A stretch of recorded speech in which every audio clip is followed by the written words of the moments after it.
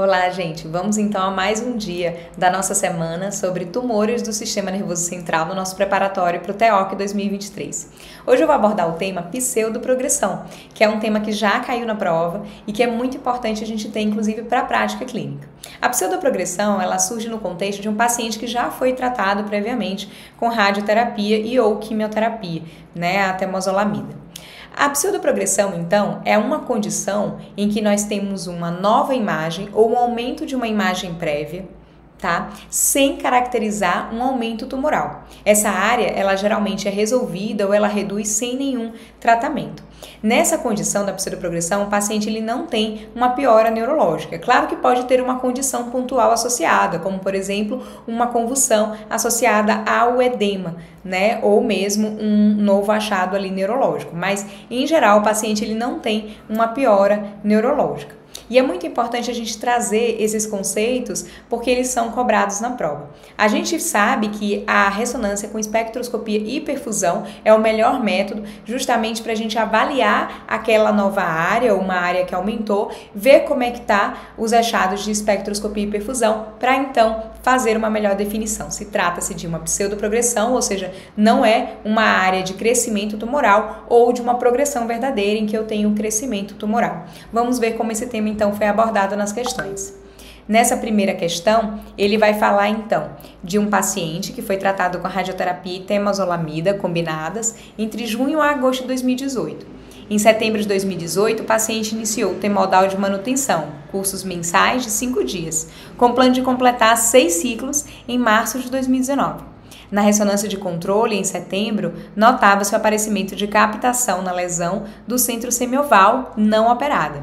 Na ressonância subsequente, em dezembro de 2018, a lesão aumentou em tamanho e captação de contraste. O paciente ele não apresenta piora neurológica, mantendo a hemiparesia esquerda e até com certa melhora da paresia em membro inferior esquerdo. Então veja que ele traz esse conceito para a prova, de que o paciente ele não piorou neurologicamente. Ele nem traz, na verdade, a descrição de uma ressonância que seria ideal, que é a espectroscopia e perfusão. Mas o que ele quer trazer aqui o conceito? É um paciente que tem ali um aumento na lesão, mas que não tem uma piora neurológica. O que ele vai falar então? Qual seria a conduta apropriada? Trocar a terapia para bevacizumab irinotecan e repetir a ressonância em um mês. Então, se a gente está pensando em pseudoprogressão, a gente não vai trocar o tratamento. Introduzir bevacizumab, mantendo a temozolomida e repetir a ressonância em 3 meses, pois se trata de radionecrose. Manter a temozolomida, porém alterando para um regime metronômico e repetir a ressonância em um mês, uma vez que pode se tratar de um efeito misto, pseudoprogressão e progressão. Manter a temozolomida e repetir a ressonância em um mês a 45 dias, acreditando que pode se tratar de pseudoprogressão, e esse é o item correto.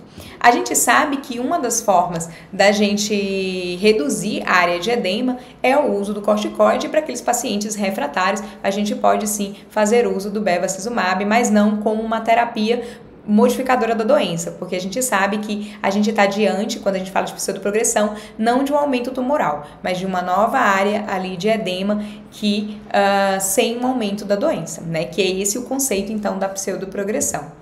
Nessa próxima questão que eu vou trazer aqui para vocês, ela foi do TEOC do ano passado. Uma paciente em tratamento para glioblastoma multiforme com metilação do MGMT. Ela apresentou um quadro convulsivo após o ciclo 3 de temodal de manutenção. Foi realizada uma ressonância de crânio com perfusão e espectroscopia, que é o ideal para a gente fazer quando o paciente, a gente tem uma suspeita ou de uma pseudoprogressão ou de progressão, que mostrou uma piora do edema em região da cirurgia com perfusão fria e espectroscopia com pico de lactato. Foi realizado um ajuste do esquema de anticonvulsivante associado à dexametasona devido ao edema cerebral. De acordo com o cenário clínico apresentado, a conduta ela deve ser: programar a cirurgia devido à progressão da doença, programar a reirradiação devido à progressão da doença, seguir temodal por mais 3 ciclos e reavaliar, suspender o temodal devido à progressão e iniciar uma segunda linha com lamuchina e bevacizumab.